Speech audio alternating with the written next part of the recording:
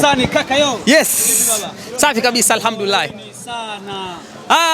Siwezi nikasema pole kwa sababu ni kitu ambacho nimeperform kwa hali ya juu. Timu yangu imenionyesha uwezo wa hali ya juu.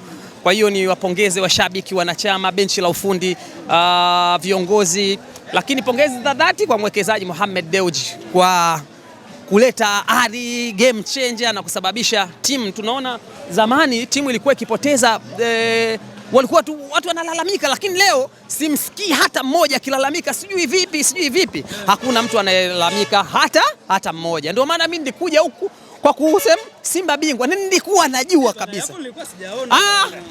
Mimi haijaisha. Simba bado ni bingwa. Kwa sababu hujasema ni ubingwa nini? No. Nakukumbusha. Unakumbuka sakata la TP Englebe Mazembe alipokonywa pointi Simba akaendelea na mashindano? Alimchezesha mchezaji anaitwa Bukungu. Sasa ndio kitachotokea. Kwa sababu gani?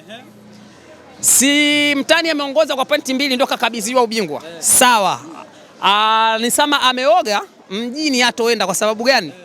Sisi tunaenda kasi. Na kasi barua tutaiambatanisha ni ile iliyotoka bodi ya ligi siku ambayo Simba wamekutana na Yanga. Bodi ya ligi wenyewe walisema Simba amenyimwa bao halali la Suleiman Mwalimu. Bao halali. Kwa hiyo ile barua na mpaka sasa hivi iko mtandaoni. Tunaichukua, tunaiambatanisha, tunawapelekea kasi. Kwa hiyo kasi wataona bwana, mamlaka zimesemaje? Zimesema lile ni bao halali. Hebu wapeni bao lao, pointi 3, tunachukua ubingwa. Itakuwa kama Morocco na Senegal. Usishangae msimu huu. Yes. Nataka kuuliza, unajua kwamba sheria ya mpira inaamua muamuzi ndio muamuzi wa mwisho? Of course. Ndio mwenye mamlaka ya mwisho na kabisa katika sheria 17 za mpira, sheria namba 5 ni muamuzi. Muamuzi anapoamua kila kitu uwanjani ndio huwa inavyotokea. Matokeo sijayapinga, ila kuna uamuzi ambao mfano nakwambia Morocco, issue ya Morocco na Senegal, ina maana refa hakumaliza uwanjani. Alimaliza, lakini sio hiyo tu. Na kukumbusha ligi ya Uingereza, Everton kapokonywa pointi 15 kwa sababu mbalimbali zaidi hivi, kwamba kuna masuala ya kupanga matokeo sijui hivyo. Kwa nini muamuzi ameshatenda kila kitu lakini maamuzi yakaja tena sehemu nyingine? Hilo la pili.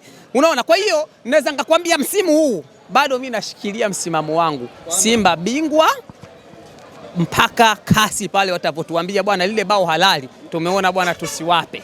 Basi mimi msimamo wangu ni huo. Kasi mnaanza safari yake, mnaanza. Sasa hapa ndio tunasubiri.